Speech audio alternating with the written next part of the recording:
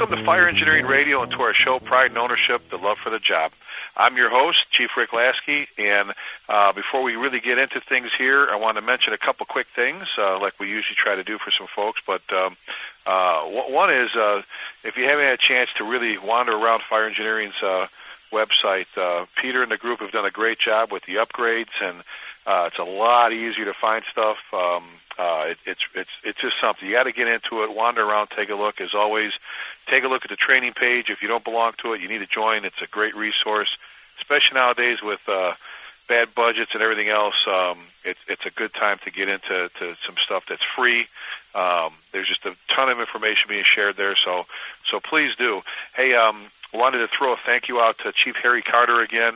If you remember, we had Chief Carter on several shows ago talking about the Masons and Brothers Times Two, and since then I've had probably 5 or 6 folks that have emailed me or called and have said they've went and petitioned their lodge and became a member, and it's pretty cool. So we're seeing more and more firefighters becoming Masons, which is a cool thing. And last thing, I want to throw a thank you out to, and I know our guest is going to talk about them as well, but to my brothers and sisters in South Carolina. Not too long ago here, we had, and I've talked to some of you about this before, our good friends to the north of us here, town to the north of us, the Lake City's Fire Department, number 3 chief there, Jeremy Porter, had a very bad, very, very tragic thing happen to him. His beautiful daughter was taken from him in a car crash in South Carolina, and his chief, Curtis Bird, called and said, look, we got to call someone. I don't want him going all the way from Texas to South Carolina and getting there and nobody there. This is just, as you can imagine, if you ever have experienced it yourself or know anybody that's lost a child or a very, very close loved one, it's just horrible. I don't know how else to explain it. It's horrible. And it was one of those things where I'm just so proud to be part of this fire service, to be able to pick up the phone and make one phone call, which started in Bluffton and then went to Hilton Head, and within 10 minutes to get a phone call back, and a typical response you get was, all right, Chief, this is how it's going to work. And from there, everything was handled for Jeremy. I mean, they met him at the airport. They met him at the gate, and they gave him a hug. They handed him keys to a rental car. They said, follow us. They took him to the hospital. They took care of his room. I mean, he went nowhere without a representative of the South Carolina Fire Service. So, my good friend John Salka and I have been there numerous times, and each and every time we leave, we leave with usually the same statement: is the fire service is alive and well in South Carolina. They got some great people, some great men and women, and I'm honored to say that they're my friends, and I can't thank them enough for taking care of Jeremy and his family and our folks in Lake City. So, hey, I told a lot of you before, you've been asking, well, we're going to get him back on the show. Well, we did it. I've got back on the show Chief John Salka. Real quick bio, if you happen to not know who John is, which would be a shock to me. John just celebrated his 30th anniversary at the New York City Fire Department with the FDNY. He's currently the battalion commander in the 18th Battalion in the Bronx. Prior to that, he served on Engine 48, among other companies, but a very, very busy engine company. He's known as well. You can't just say he's known for his engine company tactics, because he can teach you and lend you information on just about every topic that he fields. It's incredible. He's still a volunteer firefighter for you volleys out there. He's been doing that for over 30 years as well. Does a lot of work with fire engineering. Does a ton of work with Firehouse as well, and he's got a new engine company book out. If you don't have that, you need to get it besides his leadership book. And I could go on and on about him, not just because he's my best buddy, but because of all he's done for the fire service. But I'm going to get him on here right now. So, Chief John Salka. John, welcome, buddy. Good morning, Rick. Thanks for having me again. Oh, pal, I just, there's a couple reasons. One is, you and I could do this whole show talking about South Carolina, couldn't we? We could do the whole day talking about South Carolina. Yeah. I mean, are they incredible or what? It's a great group down there, and just like you said, you talked about that tragic situation that they stepped up for, but they step up for everything. Every time we're down there for the conference, they are just right there, taking care of all the instructors, taking care of every attendee, every kid who's there just for the first time. Some young volunteer firefighter from somewhere who doesn't know anybody, they're escorting him around, showing him what he needs, and they just do a real bang up job down there. And you're right. You could be brand new. It could be your first ever training session. Let's just pick that one particular conference. I mean, they got a ton of training down there about the South Carolina Firefighter Association conference this year in June. And actually, that is, what is it, John? It's June 8th, 9th, 10th, and 11th, and maybe the 12th. But it's the week of the 7th there. If you're from that area, it's an incredible conference. But you're right, John. You could be brand new, and they treat you like you've been in the fire service. Right. There's no right. hurting you and demean. They treat you like you're one of us. And it's great group awesome. of guys. Great group of guys. Yep. And what do they do for you with your sons, with the Marines graduation? Oh yeah, I mean, both of my sons are Marine reservists. One of them's a veteran, been to Iraq and back. But when both of those boys graduated Paris Island, a couple of the chiefs came out, a couple of the assistant chiefs. The first time around, they were able to get me seats sitting with the generals and the 4-star guys and stuff like that. It was pretty amazing. But both times they came out for the graduation day, out there on the tarmac with my sons and with my family, taking pictures. And they said, boy, they feel like they know them, you know. And my sons were very proud that some local guys came out to be with them. Well, and John, I brag on what a great dad you are. And you got 5 great kids and a great wife, Dawn, and you got 2 wonderful daughters and your 3 sons. And but with the 2 that are Marines, I'm going to ask you right now, how does that make you feel, buddy? You know what? Proud as a peacock. I'll tell you that. It's really it's hard to describe. The pride is always there. Sometimes there's a little trepidation too, like when my son was over there in Iraq, and it looks like my other son may be going. He hasn't been yet, and his number's coming up, so it looks like he's going to get activated here shortly as well. But they're both looking forward to it. They both love it, just like all of us love it. We've had this conversation before. Firefighter join a fire department. Where do they want to go? To the busiest engine or the busiest truck where the most work is, and I guess that's where soldiers and Marines and sailors want to go too, where the action's at. Yep. Well, and proudly, you've met my son umpteen times. I have, at his own expense, I have fun. I make fun of him because he's a boy and brag on my daughter. I brag on both of them. They're 2 wonderful kids, and he's graduating Friday. He's graduating Friday from Navy boot camp up in Great Lakes, and he's done a great job. So I'm proud of him. He's going to do a great job in the Navy, and he's into the whole SEAL thing, and then the corpsman thing, and he's just on to good stuff. But hey, you were just down here. Well, actually, before we even go any further, I have to get this out because I've been trying to talk about wherever I go, John. But we're getting close to the 10th anniversary of 9/11, that horrible, tragic day. But in light of that, the support for the families, the support for the memorials, the support, there's a lot of that still needed for a variety of reasons. And we could probably do a whole show on that too. But you guys have pulled together something pretty special, and I really would love for you to mention it to the folks, to our listeners, and plug it, talk about it. Everything. But we got to get the word out about what you guys are doing. Sure. Yeah, well, of course, in addition to being a battalion chief on the job in New York, I'm the president of a local charitable organization up here in Washingtonville, where I live, which is about 60 miles north of New York. We built a beautiful monument here within 1 year of 9/11, and it has the name of every firefighter and every police officer and every other civil service dedicated person that died that day. It features the 5 names of the 5 local guys who died from my town, but we put everybody's names on there. And in an effort to keep that thing funded and keep it maintained and up to date, we also give out a bunch of local scholarships to 5 high school graduates here. In an effort to raise some funds, we came up with a 9/11 commemorative coin, a September 11th anniversary commemorative coin. It's already been designed. It's already been struck. It's already been produced. We've already mailed out the first 1,000. We only got them 21 days ago, and 21 days later they're gone. We don't have a coin left. We got 3,000 more on order. It's a beautiful 9/11 coin. Yep. Absolutely beautiful. I'll tell you where to get it right now. You go online. You go to www.september11anniversary.fund.com. Not the 11th. Not the 11th. September11anniversary.fund.com. You go to that website. It's number one. It's our home. It's our home. It shows you all the stuff that we're involved in. The people that we're benefiting. We're not just benefiting our monument and our scholarships, but we've decided to share our money with 2 other great organizations, which is the New York Firefighters Burn Center Foundation, which is a foundation that strictly raises money and donates it to the Cornell Burn Center right in Manhattan, which treats both civilians and children and firefighters. Any firefighter seriously injured goes to the burn center. They run a burn camp for kids in the summertime and do all sorts of charitable work for people. And the other group we're sharing money with is the FDNY veterans, the VFW.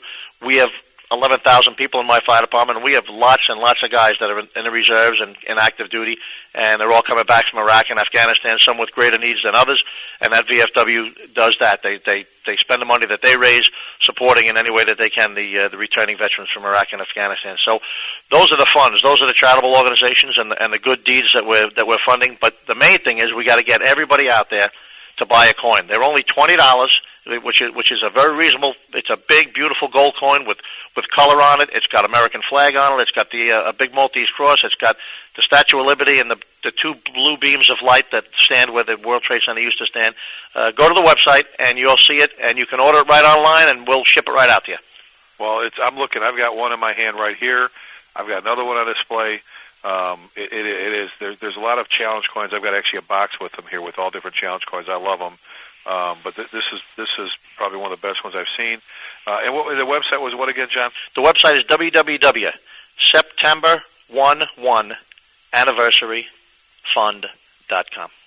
Outstanding. Well, if you get a chance, folks, go ahead, look at it. I don't know too many firefighters that aren't into the whole challenge coin thing. And if you're into collecting them, if you're into doing whatever, put all that aside. It's a very, very worthwhile project and goes to an incredible cause. So, where I was going to go with this was actually, because I made me think about that because you were down here.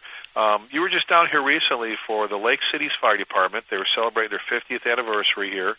Our good friend Curtis Burt, that's taught with us for years, is the chief, and we just mentioned one of his other chiefs, Jeremy's got Chad Thiessen and some great guys. And John, we've got an incredible working relationship with them. But I know Curtis had you come down and asked you to keynote at their banquet for their 50th with all their folks there and some of their political folks. And I was very, very much. I loved the talk you did. I think it had incredible meaning, and all your talks do. But it was just one of those where I don't know. It just every now and then, my buddy Steve Bass, Chief Bass from Grapevine, did one at our awards banquet. It's one of the best I've ever heard. This was great. I'd love for you to just take a couple minutes and share with our listeners some of the key points you talked about when because not everybody obviously was there, and not everybody has a chance to sit and listen to a talk like that. What were some of the things you got into? Sure. Actually, the two things that I talked about, and it's funny that we're talking about this today because actually tonight I have another I got invited to a little local Firefighter 1 graduation at the local fire academy here up in Orange County, and I'm going to go to their graduation, and I'm going to talk a little bit about the same two issues. And I think the reason they're as valid at a 50th anniversary of a fire department as they are at a graduation of a bunch of young recruits or probies is because they're so valid for everybody in the fire service. And the two issues, and you heard me talk about them, are service and sacrifice. Service is one of my favorite things to talk about because that's why they named it the fire service, because we're all about service. And sometimes people forget. Good-natured, hard-working firefighters. Sometimes they forget. Sometimes we start getting a little introverted. Sometimes we start worrying more about what's going on inside the firehouse than outside the firehouse, and we start worrying a little bit more about rigs or recliners or big screen TVs or who's going to go to the company picnic or the county parade or all the other things that they're all important, but none of them are as important as putting the doors up and going out and providing service to the people. That's why we're there. Whether you're a volunteer outfit, whether you're a career department, whether you're a big city department, it's service is the important one. And I remind guys all the time, whether you got 6 big blue recliners, circled around a big screen TV somewhere, or not. When the bell rings, that's when we're getting called to duty. And I can't think of how many times I've been in a firehouse in the Bronx or Manhattan or all the different places I've worked over the years where you just get a hot plate of food and walk into the dining room, put it down on the table, and the bells would start ringing. And all of a sudden, you'd be out on a run. And you know what? It never occurred to me that eating a cold steak isn't that good.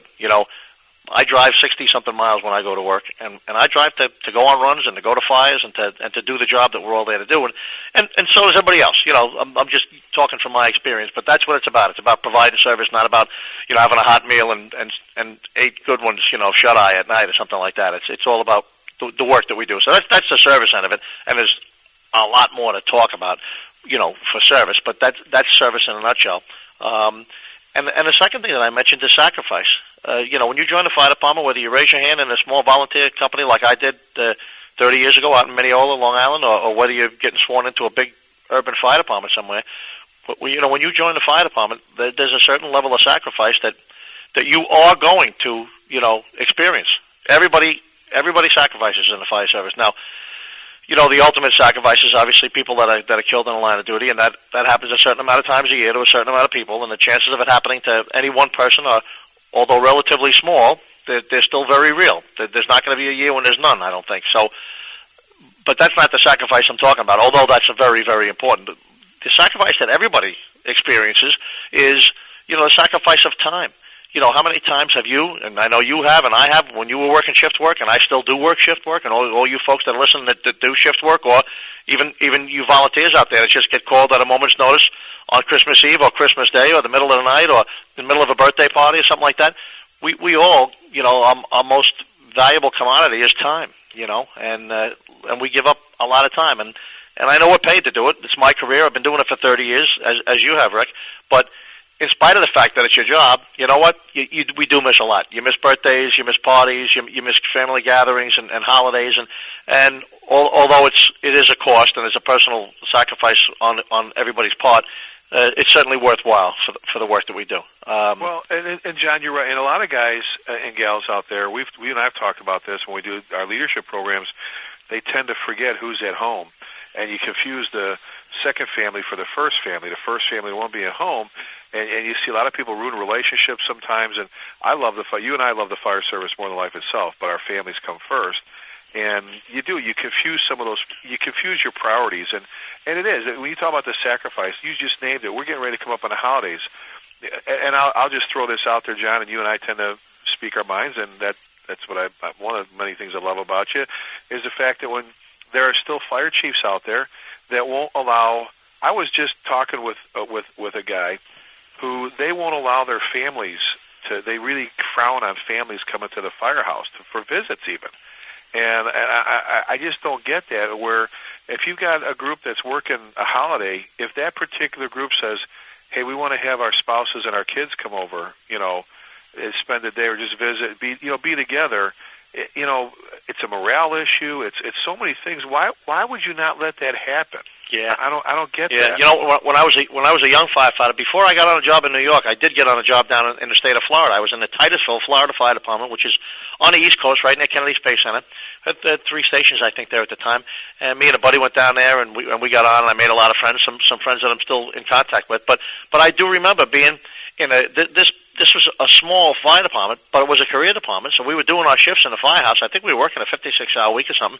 And I remember all the time, guys' wives and kids and girlfriends would stop by around lunchtime. Sometimes the wives would bring lunch for one of the guys that was working, and they would sit down at the dining room table with their wife and have lunch, and then she'd get back in the car and drive away, go do whatever she was doing for the day. And I thought that was pretty cool. I mean, we don't do that in New York too much, because most of the fellows that live in New York, work in New York, either don't live in New York, or if they do, they probably live pretty far away from where they work anyway.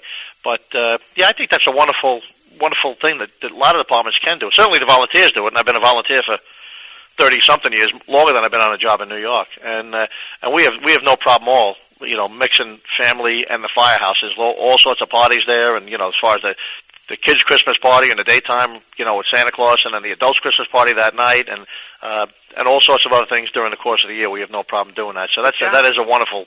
There are some that don't allow you to do that, though. Yeah. Well, you know what? I mean, I'm sorry. I just have a problem with that, where right. You won't let, you know what I'm saying? I don't know. And then they wonder why there's morale issues. I'd rather work on a guy that doesn't give all those guys radios first before I worry about him having Yeah. Well, but you know what? It's usually the same guy. Sure. Absolutely. Think about it. If he's not willing to let family come visit, he's not really looking for portable radios for his guys either. Yeah. Same kind of guy. Same kind of guy. But hey, I know you when you were down here, you got to go taking a job with one of our guys, a little second alarm house fire, and they did really good. And right after you left, our neighbors to the south, where Bobby Halt was fire chief for a while, Chief Halt, the editor and chief Fire and Duty magazine, Coppell, Texas.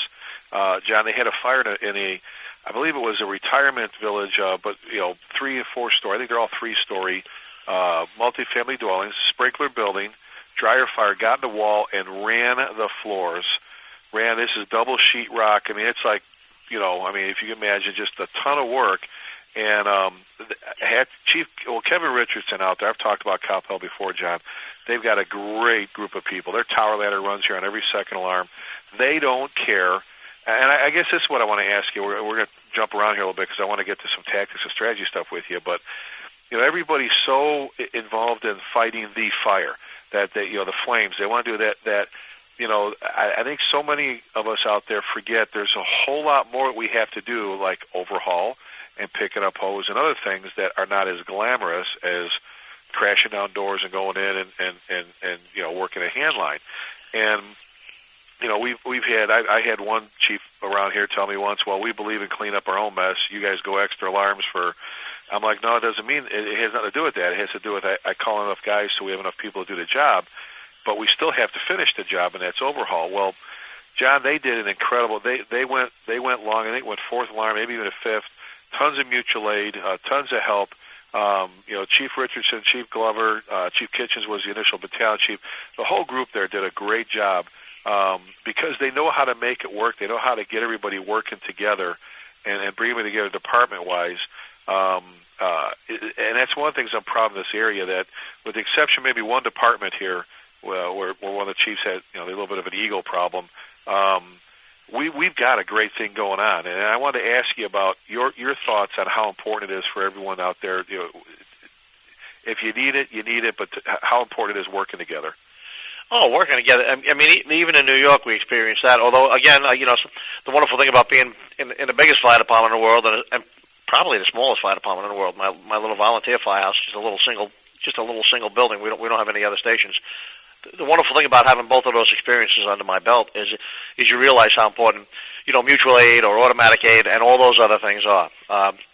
Although, let me jump in and now that I said the word automatic aid, my buddy Butch Cobb, who retired out of Jersey City as a deputy chief, works for ISO now, and of course he got an education on ISO when he joined that team, and I get an education because I talk to him so much about stuff, and he says automatic aid is the most underutilized aspect of the fire service around. He said mutual aid means nothing. He said mutual aid means you realize you got a fire, you call your town next door to come in, and then they come. He's as far as credit, as far as increasing the rating of your fire department. He said, but if you got it set down to automatic, where you have a house fire, somebody else sends their closest engine or their closest towel at them, and you get tremendous credit for that as far as the ISO insurance system goes, which is a tremendous benefit. If you always call them anywhere for a fire, why not have them rolling on every structure fire call and reap the benefit of them responding in? And if you do have a fire, they're 3-4 minutes ahead. Well, and there's people out there, John, that do that don't know exactly what you just said. And they're missing out on something when it comes to points for ISO and things that you need for your insurance rating. I mean, you've been here tons of times on the east side of town. We've got a huge development, but we've got the east side of town, Louisville here, our city. We've got Carrollton Firehouse number 7, like a block out of town. And any report in that, what we call our Box 700 series, which is that whole area there, anything in that area, if it's a report of a structure fire, they are due automatically. They also are second rig on fire alarms. If our engine 6 is out of quarters on that end, the EMS calls, they're taking that, everything else, and that, to me, that's just smart business. I mean, the whole point is, and you've just mentioned, you've already mentioned 3 or 4 different fire departments around you just in this conversation that we're having here right now, and everybody has that. Everybody has 3 or 4 fire departments around them in different directions. Obviously the bigger fire departments, even a large department like New York, we're pretty big, we're pretty self-sufficient, but even occasionally during big storms, obviously 9/11 and some events since then, there are times where now we've formalized a lot of mutual aid agreements since 9/11 because we realized even though it may be a once-in-a-lifetime or once-in-a-decade event, it's still something that's necessary. But the smaller departments, it's even more necessary because they don't have unlimited resources. They don't, you got your 3 engines and your 2 trucks, you got your 1 engine and your 1 truck, whatever it is you have. You got to be out of your mind not to be using and taking advantage of the engines and ladders and personnel of the departments surrounding you. Don't wait till a fire happens. Don't wait till it's a structure fire. Use them on the calls. Let them start coming in and getting familiar with the roadways and familiar with where the hydrant locations are and familiar, how to switch the radios so they can talk to each other and, interoperability and aspects like that. There's so many advantages to people using mutual and automatic aid on a regular basis rather than just waiting for the big fire and calling people in off the Chinese menu, Oh, and you know what? Here's something that I still... Again, it's few and far between. I really don't care what they say, but I still get harassed and comments, because we in Louisville, we go long, we call a lot of mutual aid. We call a lot of, we've got our automatic agreements, but we get people involved. I don't care. I mean, we go, I'd rather have one or two companies standing there waiting for an assignment than waiting for them to arrive there because they have to hurry and put them to work. And, John, is there a more lonely feeling in the world, or horrible feeling, than when the Mayday hits and you don't have anybody there yet? Well, you know what? It's more than a lonely feeling. It's a really dumbass feeling. If you're standing there with nobody standing behind you, you ain't the smartest fire chief in the world. I mean, how many books do you have to read? How many videotapes do you have to watch? How many articles do you have to see in a newspaper of a guy that got caught short? The smart fire chief, the smart incident commander, is the guy that calls to help early. And like I tell guys on all my seminars, when I travel and do my incident command seminars and my other command seminars, I tell guys, calling them ahead of time means calling them when you don't need them. You have to call them ahead of time. You got to have a couple of people standing behind you saying, "Hey, Chief, you got an assignment for us yet?" "No, not yet, Truck 2. Just stand by. We'll see what we're going to get for you." So not only do you have to have your fast team or your RIT crew standing there, not doing nothing but being immediately available, but if you don't have an engine and truck either on scene standing available or staged available or already on the way available, then you're just doing something wrong. I don't know. Even a one-line fire can go bad. And I've been to one-line fires that turned into two alarm fires. And if you haven't been to one of them, then you're just not going to too many fires. But it can happen, And to have a couple of companies behind you, particularly you folks that have smaller crews. Maybe you have an engine and truck behind you and it's only 2-3-man crews. I'll have 2 6-man crews behind me, and I can have an impact with them if I dump them into an operation. But even if you've got smaller crews, having an engine and truck immediately available on the scene, even when you don't need them, is a great source of confidence that you got people to handle any later rising event. Well, and I don't know about you, there have been few and far between in the way of my meetings of firefighters that don't want to go to a fire. There's probably a couple of gals out there that may fall into that category. But John, where I go, people want to go. Right. And is it a horrible thing to walk up to someone and say, "Hey guys, actually we had you come in. I went a little long on this one because I thought, but they made a great stop on it. So I wouldn't get to use you. Right, but we'll catch you next time." Right. We do that often here. Hey, what's the answer? What do they tell you when you tell them that? "Chief, don't worry about it. Call us anytime." That's right. Thanks for having us. We're glad we came by. That's right. There's nothing more frustrating than sitting in your firehouse and listening to someone beat their guys to all hell, or listen to them on the radio going, "Why aren't they calling?" Or they're piecemealing. "Send me one engine." We've got people. And everybody's on the radio. Everybody's listening. Every other firehouse is listening on the radio. Hey, Louisville's got a job. They're listening up, waiting to get called. I mean, they're sitting there going, "Why aren't they calling?" I mean, you hear guys saying, "We need one more. Can we need two?" And then they're doing one at a time. I'm like, you know what? You go to the next level, box arm, whatever you call it. Go to the next level. Get them in there.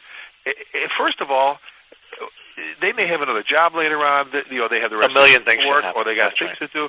Let's just take care of our people and be smart about it. And hey, you know what? You can listen to all these. Everything's on now. You and I with our iPhones, we got our apps. We listen to all these all the fire radios in the Bronx and Manhattan. When we're out doing a seminar somewhere, you're listening to Louisville and I'm listening to the Bronx, and everybody's listening to all these radios all the time. You tell me last time you heard me at a 1075, that I didn't say, "Give me additional engine and truck." I almost always say, start out an additional engine and truck. Not for no reason. I do it because most of the time I end up using them. And most of the time it's nice to have that additional engine and truck there. By the time they get there, the 1 or 2 that I had surplus, I've already deployed them in anyway, and now they're the only 2 available. So, well, and John, you were just here, and you know how many fires we do here in Louisville. We're a fairly busy place. And even though we were spread out that particular Saturday because we had a lot of events, we had the parade going on, different things in town, the big holiday celebration, guys had a ton of fire through the roof when they got there. We went to a second. That means we get all of our stuff. We got Capel coming, we got Lake City's coming. We diverted a crew from Flower Mound. You were there. Oh, absolutely. And I get there pretty early, actually. And you know what? I felt like I was in the Bronx somewhere. The companies, the way everybody was walking up and had tools in their hands, and everybody had assignments, and the chief was, not wandering. I hate to use that word, but that's what I do. He was sort of roaming around the front lawn and walking around the side of the house and looking and talking on the radio, which is exactly what I do. When I'm on a 1 building fire, and companies were rolling, and then I suddenly noticed, I started looking at the coats, and some of the coats were different colors, some of the coats had different names on the back, some of those names that you mentioned, some that you haven't mentioned yet, but, neighbors on the other side of your city. And everybody was just blending in and working together and getting the job done, and there were plenty of people there. And I was very impressed. No egos. No egos. Absolutely not. They're just delighted to get there. And happy to be there, happy to help. That's right. So I loved your your comparison to a dumbass when you've got chiefs out there that turn around. And they're the only guy standing in the street by themselves. And we tend to pick on them, but you know what? It is what it is. It's not a brand new firefighter standing going, I'm not calling up help. It's somebody in a white hat usually that's and I'm fortunate. I mean, I've got you mentioned that, but I got a battalion chief that you saw that's got almost 35 years here, who's incredible on the fire ground. I miss him, Jerry Cunningham. I miss him so much when he decides to retire. But if you're not calling to help, and you're just not, you're not doing things right. Now, I do part of the Pride and Ownership program. I do, John. You remember there's a section called Sweating the Small Stuff, and that's where we get into all the little things that kind of add up to a big thing. You just talked about it. Well, you've mentioned how many what I would consider little things that have tremendous impact on the fire ground. That's getting one more engine, getting enough help, one more line, all that stuff. And I'll talk often about not following SOPs, not following a format, not following a plan, all that stuff. I want to pick your brain a little bit on some tactics and strategy, and mainly, start off with, and we're going to get into some host selection stuff, but you and I have talked before in our tactics and strategy classes, and when you're doing all your different programs, one way or another, you always find a time to mention there's three very important things. I'd like you to talk about each one that you have to get done at a fire. Well, you and I have said this before. Whether it's a pot of meat on the stove or it's a bedroom fire or whatever, there's three things that have to be accomplished. And number one is in the investigation / attack, because that's, if you have nothing shown, you got to investigate, go find it. But the attack, then you've got ventilation, then you got search and rescue. Those three priorities have to be accomplished one way or another every call. Talk to me about the attack. Let's talk about the first one, because there are departments, John, that are into this. You hear it. What's the priority? Life safety, and they won't bring a hand line. They'll pull up if there's someone trapped. They won't bring a hand line in with them because they think life safety means I need to go in there and drag somebody out of the building, when they don't realize how important is the line. So I'd like to talk about the attack line. First of all, let's talk about that first. The attack line. We've all heard, and our buddy who we lost on 9/11, Andy Fredericks, he was the ultimate, engine guy, and he said it many times, and a lot of people before him said it, and I've said it, and you said it. The fire goes how the first line goes, and there's a million different ways to say that saying, but that's basically what we're saying. How that first hose line goes, how successful it is, how properly selected it is, how quickly it's stretched and properly positioned, all those aspects of the first hose line. If the first hose line is picked properly and stretched quickly and applied aggressively, we're going to have a pretty good fire operation. Those other things need to be done. Yeah, we need to do those other, ventilation and all sorts of other stuff. Search and rescue's got to get done. But the only thing that really has to get done is put the fire out. Is there a fire department out there anywhere, and there's a little over 30,000 fire departments in the United States, and then what we have in Canada, and let's just say North America, is there a fire department out there that doesn't apply to? Absolutely not. Matter of fact, the smaller the fire department, the more important it is that the first people that enter the building are pulling a hose line in. In New York City, it doesn't really matter. In New York City, we have truck companies and engine companies and squads and rescues, but let's talk about trucks and engines for a minute. Engines are engines. They're pumpers with a bunch of engine firefighters on there who are just dying to get to the back step and pull some hose off and go put a fire out. And trucks are a bunch of good, dedicated firefighters too, who don't really have an idea of what a hose line or a nozzle is. They're professional truckies. They're just like, doctors that are surgeons don't know what general practitioner is. Well, truckies in New York City have very little to do with hose line, and I'd be surprised if they could operate one properly because they're specialized truck guys. In New York City, you might have a lot of people pile into a building without a hose line because that's their job. Right. And we know we get 2 or 3 engines coming in to get a line in there quick. But you go to a smaller department where there's 2 engines in a truck or 3 engines going on a box with no truck. You know what? The first people that enter should probably be pulling a line in, regardless of what they're doing. If they're pulling a line in to put the fire out, that's wonderful. But even if they know there's somebody trapped on a second floor visible and they're going to go up and try and do something, why would you go in with a hose line anyway? And don't confuse, like I said, I don't want anybody confused there. When I said they don't go in, John, exactly. Our truck crew goes in without a hose line because they're truck guys. They search above the fire. They Right. search to protect your hand line. But why would you pull up if you're the first engine there and somebody's screaming about somebody trapped inside? Why would you not bring water with you? Right. Right. Oh, I pose that question to people all the time at seminars. You know, you pull up, you're the first engine. It's 2 degrees. It's middle of the night on a December night. You pull up, and there's now outside of a woman hanging out of a front window, dangling a small infant child by the hand. You might run over there and catch that kid. But short of that, even if just that woman was at the window saying, "Oh, we're trapped in here," you still would be out of your mind to not either enter the front door or put a ladder up to that window and still have a hose line with you, you know, and we can darken the fire down, which is the thing that's threatening them, you know. Get a line, get a line on the fire, or at least get it between the fire and the occupants. Do something, and you said something, and I want you to go. Well, I'm going to pick a couple of things here. Line selection. When you say, you know, when it comes down to line selection, how good you are, your line selection, stretching hose, all that different thing.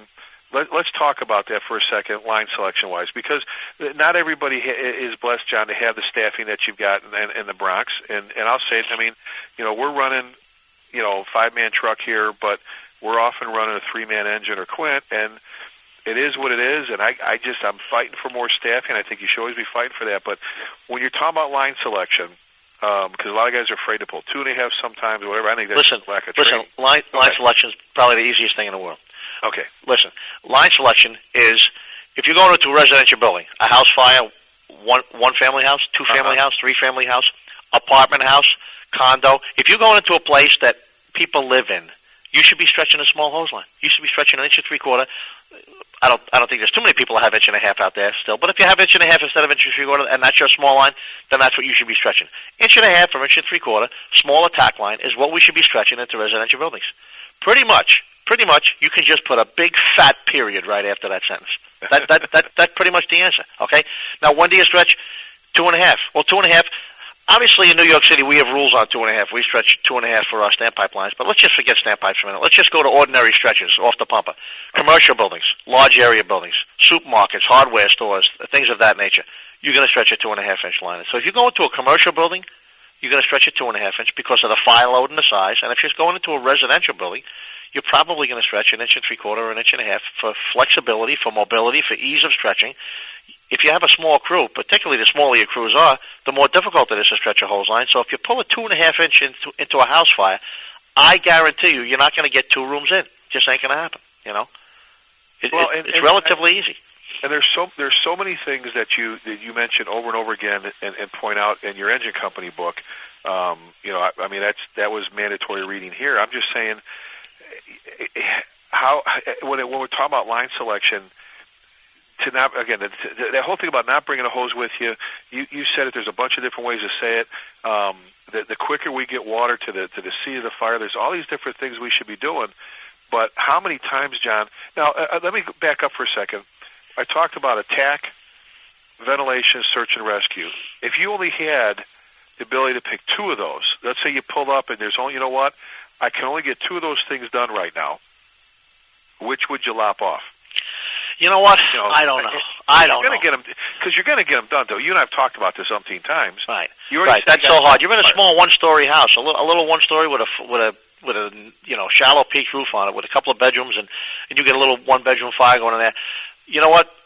I'm not saying ventilation is not important, but if fire's coming out one window when you get there and you break the other window, I mean that's ventilation, and that fire's going out. You certainly don't have to get anybody necessarily up on the roof unless you got extension up into the attic. On the other hand, I'm not writing off search and rescue, but when you're in there putting a fire out, you could be doing search and rescue as well. That could be a combined effort there. You stretch in with 3 firefighters, you know. How many times, John, do you have an engine crew that actually, let me ask you that, more people, where do you feel, and the statistics are out there, more people are found by who? By engine truck. I mean, you know what? I really don't know how many more people are found by the engine or truck, but more people are saved by the engine. I can tell you that. Yeah. Well, okay. Right. More people are saved by the engine because the engine puts the fire out. Once you put the fire out, then you can leave and go back to your firehouse, and everybody else can go back in the building. You know what I'm saying? The only reason they called you is because there was a fire. So once you put the fire out, that's the demon. That's the dragon. Once the fire's gone, safety is been restored to the whole scene. So yeah, it's important that we search. It's important that we do ventilation. Those things are vitally important, but they're important to the engine attack too. You know. So yeah, once in a while an engine crew will stumble upon or find a victim near or in the fire area. And sometimes firefighters will find them above or a remote area. But the point is, once the fire is put out, that's where all your effort should be to putting water on the fire. The quicker we do that, the quicker the whole thing starts to de-escalate. And I'm not taking anything away because, you know, you and I have fun with teaching classes because you're the engine guy and I'm the truck guy. The importance of the truck crew and what they do in the way of support on the fire ground. Mm-hmm. I also will come back once in a while and say I've never seen a fire beat out with a pike pole. But they both. Or why does the truck company cut a hole in the roof of a burning building so they can look down and see what the firemen are doing? Oh God!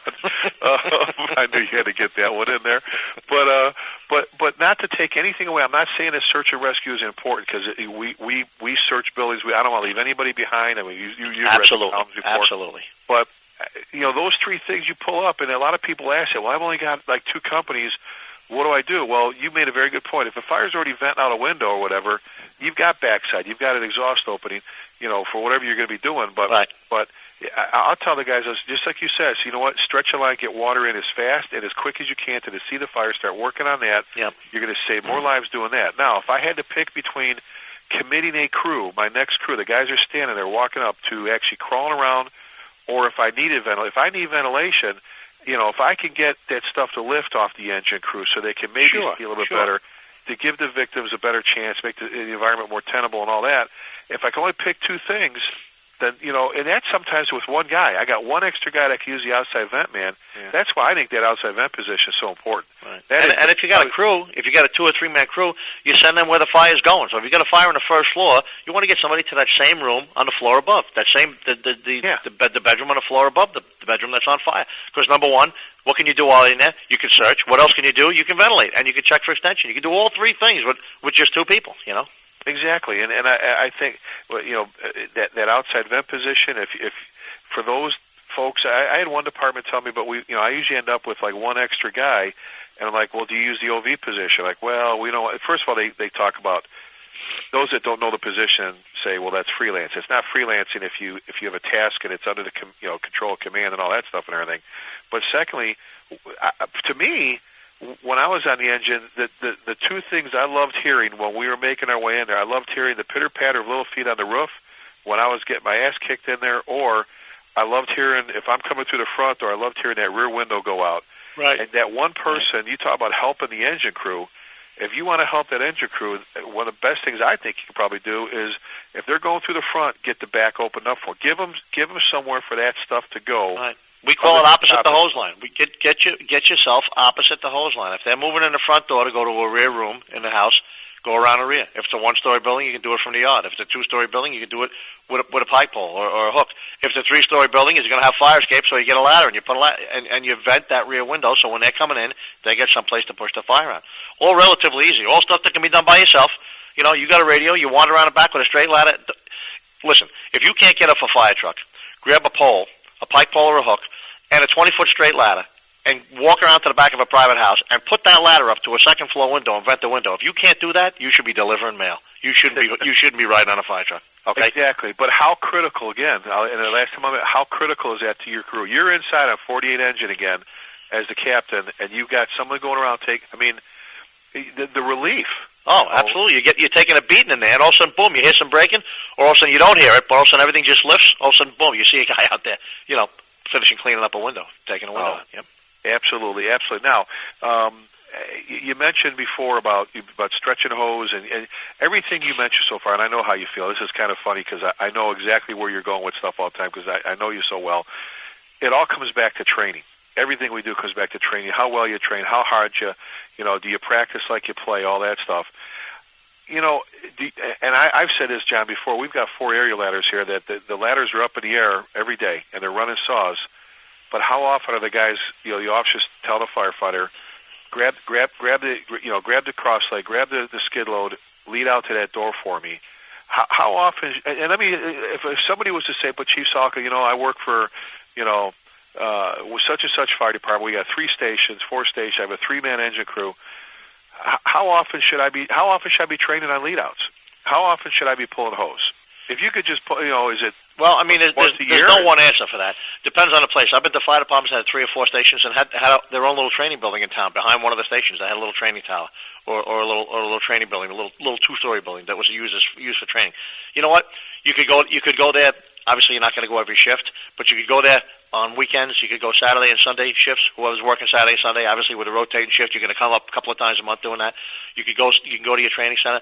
How about those beautiful training props that we've seen? I've seen hose bed training props that people built, put them right in the bay, right in the firehouse. So you get this hose bed training prop. It's got hose in it. It's got a nozzle in it. Talk about that for a second. Yeah, I mean, it was a wonderful. Actually, it was out in San Diego, out of their training academy. They had a hose bed training prop that they built. Bunch of props for their roof cutting prop and all sorts of other stuff. But the hose bed prop was wonderful because it was a mimic. It was an image of the hose beds that they have on their rigs. But all it was just a hose bed elevated up to the level where the hose bed is on a rig on wheels. 4 legs and 4 big wheels on it. You'd lock the wheels, the thing would be sit there. You could pull hose off and walk away from it, or walk around a turn, or go around cars, or go up a stairway, come back down, practice packing it back again. But you weren't using any hose off the rig. If you got to run, you didn't have to disconnect anything or throw any loose hose up on top of the bed for the run or anything like that. Or you could do it in the middle of December if you live where I live and there's snow and cold outside. You could practice on the inside wearing shirts and gloves. You know. The point is you got to get your hands on it. If you haven't had your hands on hose in a couple of weeks, it's been too long. Now, truck guys play more. Truck guys are more able to practice their skills, around the firehouse with ladders and tools and things of that nature. But pulling a hose and actually going through the whole stretch sometimes is a little bit more cumbersome, a little bit more difficult. But you still got to do it. You still got to do it, particularly departments that don't do a lot of fire duty or a lot of fire calls. What are you going to wait till the next working house fire at midnight at December to figure out how to stretch the hose? That's something you got to put some time into. Well, and there's nothing wrong with going behind some of these businesses you have, going somewhere and going, okay, if we were going to pick a door, let's put a fire in this particular occupancy, and we're going to pick a door to make our point of entry, which would it be? If it's after hours, you don't have to go actually into the building. I'm just saying, let me even back it up further. Stretching hose lines, where do you see the most failures at? When you see it, I mean, getting water to the fire. Let's go from the pumper. From my experience is commercial buildings, because we get less commercial building fires than residential building fires. That's probably true of everybody. So commercial building fires, they're all different. All commercial buildings are constructed different doorways, different layouts, different heights, different everything. So every one you get to is the first time you've been at it. Residential buildings, you've been to house fires a million times. Even in any one town, there's a certain set. There's a certain number of different styles that are out there. You get pretty familiar with them after a while. So I would say commercial buildings, stretching the big lines into commercial buildings is probably where you see most mistakes made. One of the things I like to do, like when I pull up to a box as a chief, I'll have an engine parked right in front. The truck will be off the rig inside examining or investigating odor or smoke or whatever. And the engine guys are all fully dressed all around the back step of the rig, standing there. Most of the time the nozzle man is on the back step. Most of the time he's got his hand through a couple of loops. I'm ready to go. He's got the nozzle on his hand, ready to stretch in case it's a fire. And I'll ask the control man, which is the guy who decides how many lengths we're going to pull off, because we don't have pre-connect, so we don't just pull a hose till it stops coming off and then we charge it. If we keep pulling hose, we end up with a pile of hose in the street. We have to pull off what we need and break it and connect it to a discharge. So they have to have some idea how many lengths. So I'll ask the control man, what floor are they on? And he'll almost always answer 3rd floor, 4th floor, 5th floor, whatever it is. And I'll tell him, if they said start a line right now, how many lengths would you let off? And most of the time he gives me the answer pretty solid. 6, 5, 3, whatever it is, depending on the situation. That's a mental exercise. Everybody should be doing that mental exercise. Every volley, every pay guy, every engine man that pulls up on a call, whether it's a gas leak or an odor or smoke or whatever it is, when you pull up with your helmet and gloves on a fire engine at an address and you're in an engine, you should be going through a mental exercise in your head. You should be saying, okay, we're stretched a long one here because that house is pretty set back. And yeah, I guess the 4 lengths will probably reach most places in that house. You should be thinking that in your mind, even though you're never going to touch the hose, because you get there and you see it's just a small rubbish fire out in the front lawn or something like that. But how many don't do that, though, John? And I bring that up in class when I'm with you and even when I'm not about, truck guys will pull up, and again, I'm, being that, how I feel about truck work and love it and all that stuff. But they're pulling up, they're looking, okay, where's my ladder? How big of a hole am I have to cut all this stuff if I have to? How many times, though, you see, and I truly, that engine firefighter's tool is the nozzle, is the hose, right? I mean, he should, to not know how much hose you need. Eddie Enright used to, my mentor we used to pull over. You and I have talked about this before on the show. He'd say, Rick, how much hose you need? Well, I said, trucks to get the front, engine bumper's going to be tailboard. It's about 75 feet to the door. Rule of thumb is about 1 length per landing. Yeah, I get at my cross. No, I need to get skid low. No, I need to do this. How can as a firefighter, that's your job, is to pull up and go, how much hose do I need on every run? And you got to get off that rig dressed and ready to go, gloves on, helmet on, SCBA on your back. You can't get off the rig and wander to the back. And I've had to correct, in very few cases, I've had to correct firefighters, tell them, hey guys, get your stuff on. Once in a while I have to do that. Very rarely. Most of the time, guys in my battalion and everywhere that I respond to, they are dressed and ready to go at every call. They're at that back step, that first doing. It's not voodoo. They told you you're going to a structure fire. Why would you not be ready in the first place? Absolutely. That's like not bringing your tools with you. I've said before, unless you're good at magic tricks, you're doing me no good. You know anything about real estate? Real estate. There's 3 rules of real estate. You know what the 3 rules are? Location. You know what the three rules are for firefighter? What's that? Water.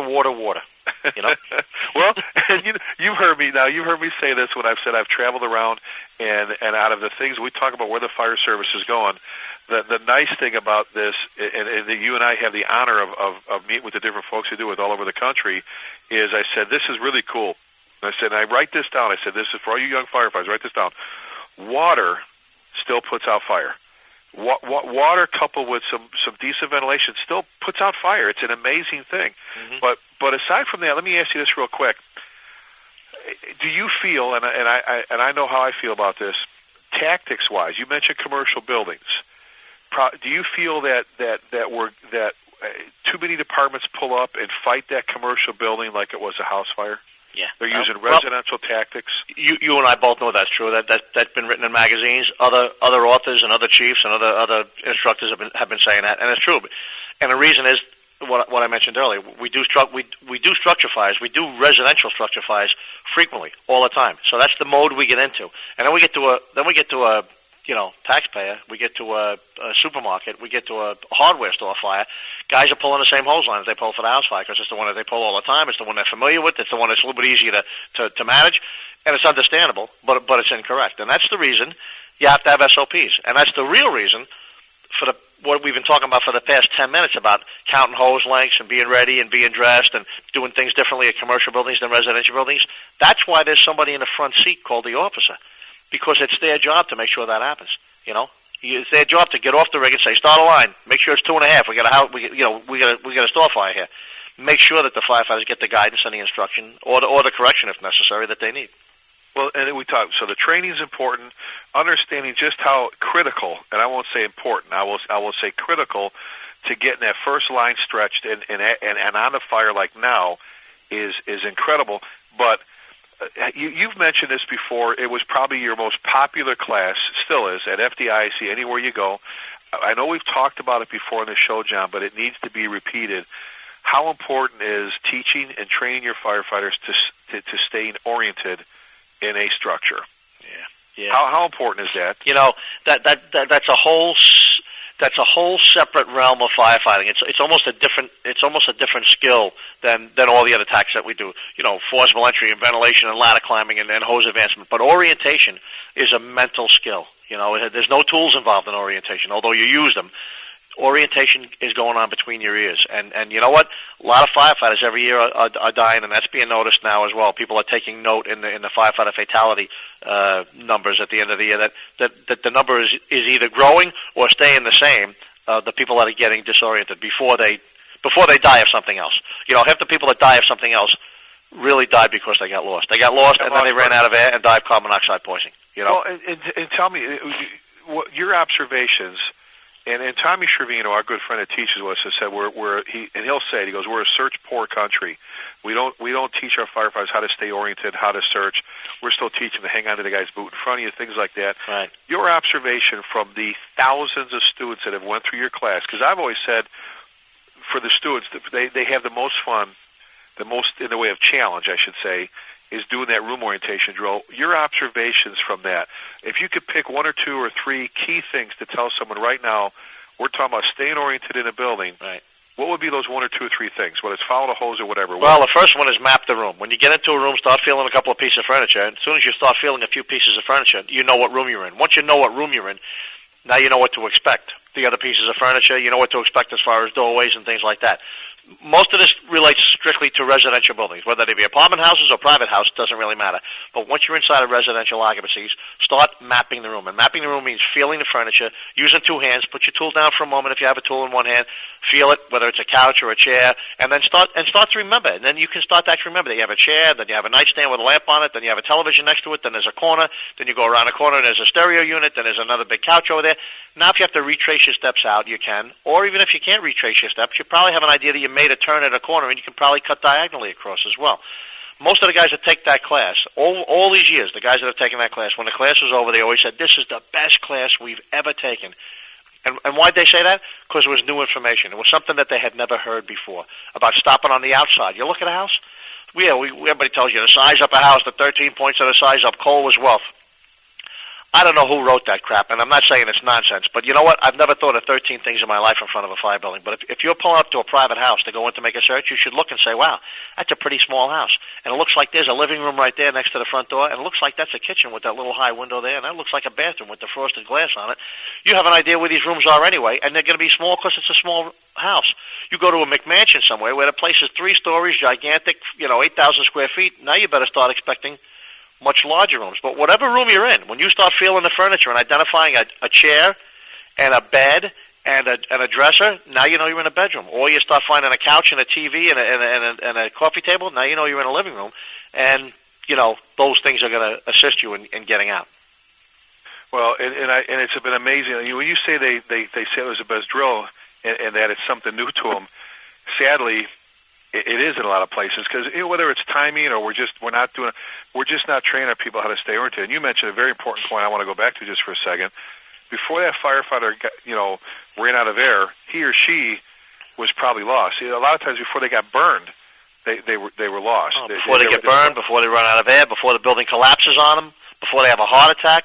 A lot of guys that die of 3 or 4 of the other major causes got lost first. Yep. Well, and you're probably seeing that more and more with some of the investigations you're doing and some of the reviews I do for NIOSH. NIOSH, Yep. yeah. Yep. I mean, that the same things, which is kind of scary, keep coming up over and over and over again. And now let me ask you this: where you just talked about training and small departments don't maybe have the how can a department how can they accomplish that kind of training? How can what do they need to set up a room to do the room orientation drill like you do? You know what? You can use rooms in a firehouse. You can use the bedroom and the bunk room in the firehouse. You can use the sitting room or the TV room in the firehouse. You can use, if you have a garage, a storage garage, or a shed out in the back, you can do stuff. The most important thing for room orientation, as best as you can, use a real room with real furniture in it, because then you get familiar with mapping the room and finding the furniture and locating the windows with the window sills at the normal height and locating doors that swing inward and outward from the room normally because you're in a normal room.